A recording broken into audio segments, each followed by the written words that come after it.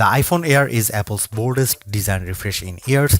It is almost impossibly thin at 5.64mm, yet still sturdy thanks to the use of titanium and ceramic shield.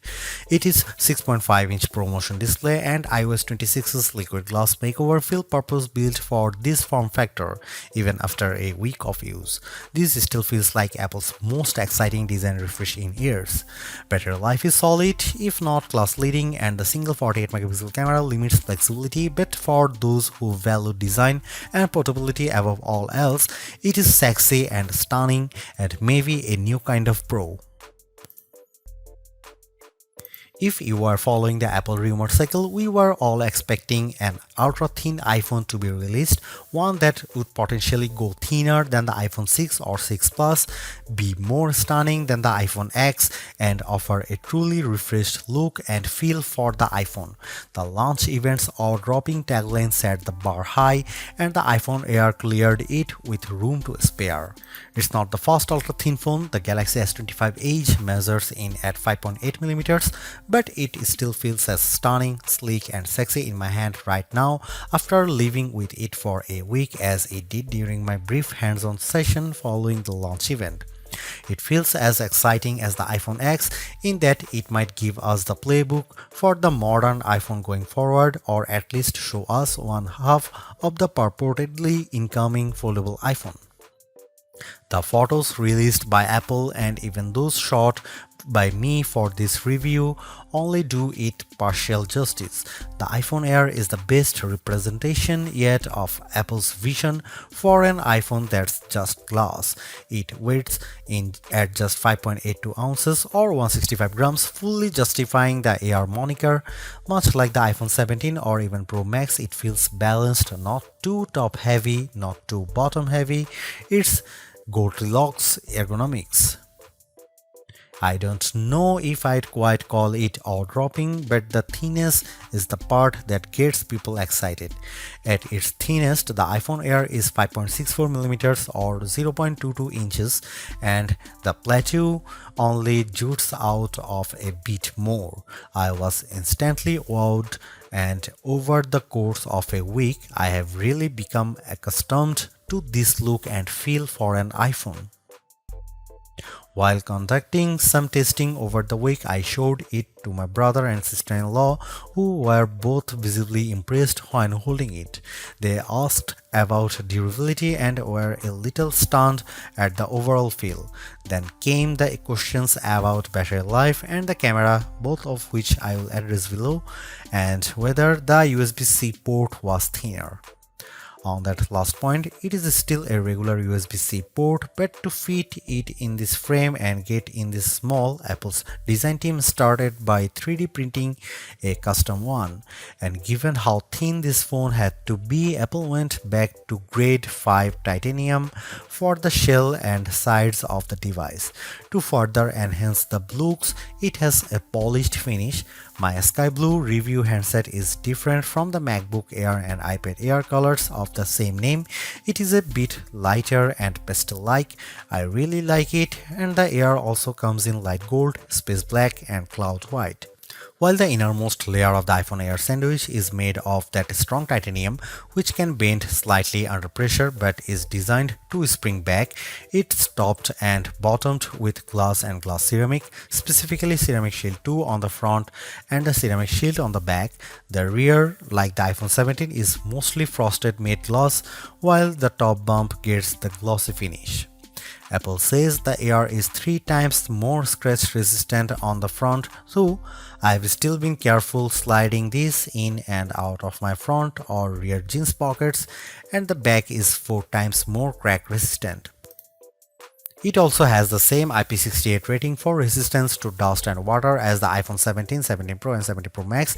It survived a light drizzle shortly after I unboxed it in Apple Park. The weather's been wet in my home state of Jersey, and the Air has shown no issues on being used in rain or surviving a dunk test. Even given the extreme thinness here, you still get the usual buttons you would expect on an iPhone. Camera control has been redesigned to live on the right hand side, and it's slightly thinner but about the same length as on other iPhones. The power or sleep button sits slightly higher on the side with the action button, volume up and volume down on the left. The main mono speaker lives at the top of some microphones, and there are two other microphones either side of the USB-C port on the bottom. This design does, as mentioned, only leave room for a single camera and likely a smaller battery inside, but Apple has also dropped the SIM card slot worldwide and opted for eSIM to save some space. The iPhone Air is stunning, attracts a lot of admiring glances, and feels like biggest refresh in iPhone design we have seen in a while. Yes, it's the same key parts, just compressed, but in use it feels like the perfect showcase for iOS 26. If you are after Apple's best design this year, I think it is clearly the iPhone Air. This is where the compromises necessitated by the iPhone Air's unfeasibly thin design begin. The iPhone Air only features a single 48 megapixel fusion camera on the back. It can shoot at 1x, a sensor crop in 2x, or a maximum digital 10x, but the quality falls off noticeably with the latter.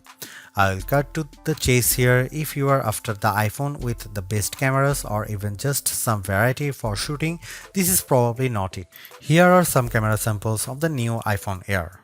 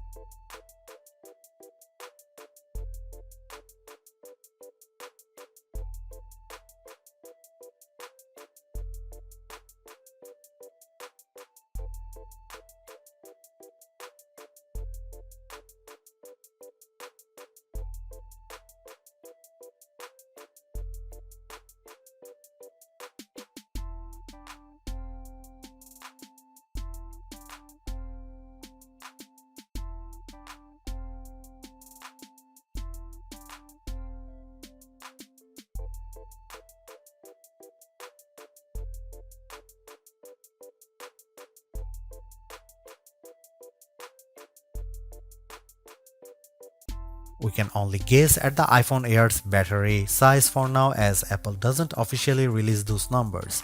It is clear though that the company has squeezed as large a cell as possible inside this ultra slim smartphone. Instead of capacity, Apple provides viewing estimates up to 27 hours of downloaded video playback and 22 hours of streaming. With the $99 MagSafe battery attached, those numbers rise to 40 and 35 hours respectively, about a 65% boost. In my experience, the iPhone Air generally lasts through a workday 6 to 8 hours depending on use. That's behind the iPhone 17, 17 Pro and 17 Pro Max, but it still meets Apple's all-day standard.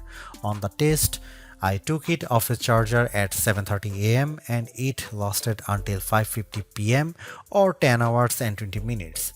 At best, I recorded 6 hours and 35 minutes of active screen time. On average, I got around 4 hours and 45 minutes.